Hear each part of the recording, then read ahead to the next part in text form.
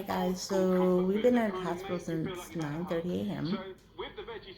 They tried to induce me with the balloon. That didn't work out. So they have me with the pill. I forgot what it's called. And we're starting to get the contractions now. They're still low. They're not like full on blown contractions yet. So, but in the meantime, my room. It's where the baby will be put when she's born. My mom is chilling nearby. She's counting the contractions when they start. She's enjoying reading them on the monitor. And Donald is over there sleeping on the couch. No, he's up. He's up. So we'll see. Hopefully she's here by the night. Fingers crossed. Other than that, I'll just be doing little snippets through, and then eventually I'll upload everything. So we are at the hospital, day 3, I believe. I came in on the 23rd, so 23rd, 24th, 25th. Been here for 3 days. And here she is.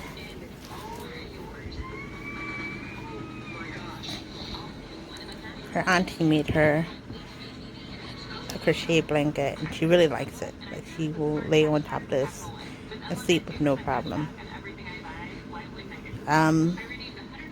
They gave us some blankets to use, but our hospital no longer uses wipes. They use like little cloth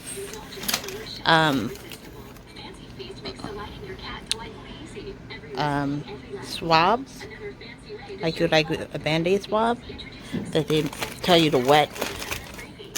So I'm glad that I brought my wipes, my little packets of wipes, and then I actually sent Donald back to get some more wipes because, yeah, I'm not wetting the towel and wiping my baby, especially when they poop. I don't want that irritating her skin. So, but I understand why the hospitals do it now, because you never know whose child is allergic to what. So, in the future, ladies and gentlemen, definitely bring your own wipes. More likely not your own diapers, but definitely your own wipes. And they didn't have many covers and pillows here, but I'm making do with what I got. Of course, they have their board. They go over everything, wipe it down. Last night was my cluster feeding. That was insane. But she spent most of the night on my skin when she was cluster feeding. Rest, yeah. Walk them. You're lucky if you get it, because there's just so much going on. And then we didn't pack all the stuff that I was planning to pack. Remember, I took the stuff out, but then I wished I had put it all back in, because we wound up staying here longer because of a sudden C-section. Alright guys, as I promised, some video while in the hospital. I miss my bed. This bed's so uncomfortable. And you already seen little Amethyst. She's back there chilling in her favorite little blankie spot. My mom's here being a mom.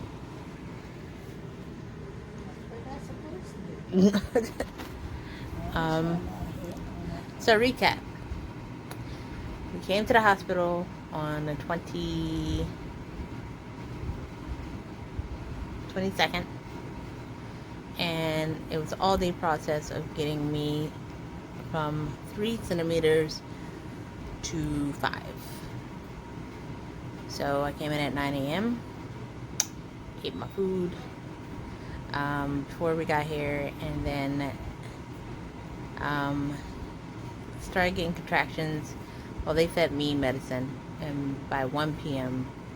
started getting the contractions and officially in labor. And then by I want to say about 4, started feeling them a little bit more. So I asked for the ball. My doula came by. Why she could, when she could for a little bit. She had other things she had to take care of as well. She didn't come until late at night when I was using the ball for like the second time. But came in I was using the ball, bouncing on the ball for a little bit, laid down for a little bit, and then I think it was about 11 o'clock at night is when I really started to feel some of the pain a little bit more. But my doula was there already, and she was talking to me as I was breathing through, and then eventually I fell asleep. And then slept through majority of the attractions. I didn't know that you could, but I slept through the majority of them. And the next morning, I breathed through majority of them until I said, nope. I think about 10 o'clock I asked for the medicine because it had gotten, they were coming quick. Because then they had swapped me from the pill to, they had finally got the balloon in me to break my water, or tried to break my water. I ended up breaking my water on my own, and but they put the balloon in so that my cervix would widen, and then they were going to go and try to use the next utensil to break my water, but I did that by myself. And so I then had epidural put in once I felt that pain a little too much. My whole right side was numb. My left side not as much. It was numb, but not as much as my right. My right side was not as numb as my left side. And they came in, said my water had broken, did the testing for that, and I had laid with peanut on underneath my leg for a while. And then after a couple hours of that, I had to call them back because I could start feeling the contractions again, which means that they said sometimes your epidural can last 7 to 14 hours, and most of that, I feel like most of the epidural had went into my left leg and not evened out to it was on right and left. So they wound up having to take the epidural out and put a new one in. And then both my legs felt like elephant legs, and I couldn't lift them. And it was like that spiking feeling that you get when your legs waking up from being asleep for so long. And it was getting to the point where I was going to start crying from that because it was painful. So I had Donald come over and lift my legs and push them, try to get fluid or blood going through the system so that it can leave off the pain of the epidural itself. And then after a while, I just was like, forget it. Can I have a peanut? I'm going to force myself to go to sleep because the leg is painful. So I went to sleep. And during that time, Donald had went back to the house to do trash. My mom was on the couch asleep when he left, and I was asleep, so he had gotten up and left to go take care of that. And doctors came in to check me again. They said, all right, so you broke your water yourself. Let's see how far along you are now. And this was about, I want to say about 5 o'clock. And, well, yeah, it was about 5:15.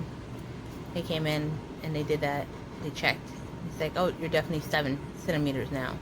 So next time I check on you, let us know if you start feeling the need to push. I was like, all right, whatever. I'm so out of it in pain, I didn't care. So then they left out, and then they came running back in because they said your baby's heart rate had dropped. And I was like, what? And they were like, we just want to check her and make sure she's okay. Now, since I got in the hospital on the 22nd, she's been playing tag with the cord. Amethyst was on the right side when they checked the ultrasound, and my cord was hanging over the entryway of where she had to come out. And then they checked her again, and I said I felt her move, and so the nurse was like, "Let me go to get them to check your ultrasound," and she had swapped to the left. So, and then the cord was gone. So they were just constantly making sure the cord wasn't in the way. Then when my water broke, half my sack only broke, not the full sack. So then it was her head and the sack trying to come down at the same time. But there was still no cord to be seen.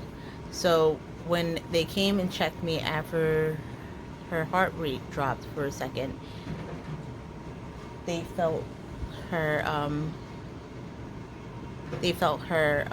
head, and right underneath it was the cord, all trying to come out at the same time. So they called for an immediate emergency C-section. So that was a fun ride.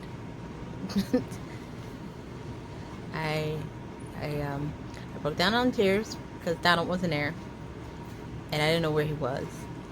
And but I had a feeling he had went to go do the trash like he said he might do. So I had my mom call him, and thank goodness for the staff themselves. They were all very upbeat. They were making jokes, like they were in a very good state of mind. And they said, because I made it easier, because even though I was crying, I was answering their questions and being very affirmative about what I wanted and what I needed and if I felt anything. And they were just on top of their game. And I think because they were so much used to working with each other and being in a comical way, that it helped ease me. But so they brought my mom in, and she sat with me, and I heard they had her out so quickly out of me, so quickly. They didn't have to put me to sleep because I was already doped up on the Depadural, so I couldn't feel anything anyway. And they just had to put something in my stomach so I wouldn't feel the cutting. And he did a really low cut, like it's down, like right above your bikini line, pretty much. And I'm still trying to figure out how to, like it's right underneath my belly. Started displaying. Eventually I'll take a picture so you guys can see that. But so when she came out, she cried all of 2 seconds, and then they put her on the table, and she was kicking and waving her legs quietly, and then making baby noises eventually. And every time she got a needle, she didn't seem to care. She does not cry when she gets needles. She doesn't care. She's like, okay, just don't wake me up out of my sleep. She likes to sleep a lot. And she's pretty quiet, pretty easygoing. She likes to be warm, and she doesn't like a wet diaper or a poopy diaper of all of 2 seconds. She wants it all. So she's just pretty easygoing. But that's how a cesarean went. I did not expect that. I did not come in here expecting it. So I know some hospitals are changing things, how they do stuff. Some are leaving wipes out of their inventory. So always pack wipes, because they did not have them here. They had like the gauges that you use to wrap an arm or a leg, and they just want you to wet it with some water. But I know my skin would have been irritated by that, and she was definitely probably gonna be irritated by that. So I already had packed some wipes, little packet ones, like travel ones, and we ran out of those really quick. And then so I had Donald go back to the house and get some more. This hospital doesn't have a lot of blankets and stuff, so, but I packed, thank goodness, for 3 days, and thank goodness I still somewhat overpacked, even though Donald said take some of the stuff out. Even though we did that video taking some stuff out, I'm still managed to still pack enough to cover us. The only thing I wish I did have was washcloths, because this hospital doesn't have washcloths either. They have a weird looking shower. Like their downstairs delivery room is better than the recovery room. That's what it feels like. That's annoying.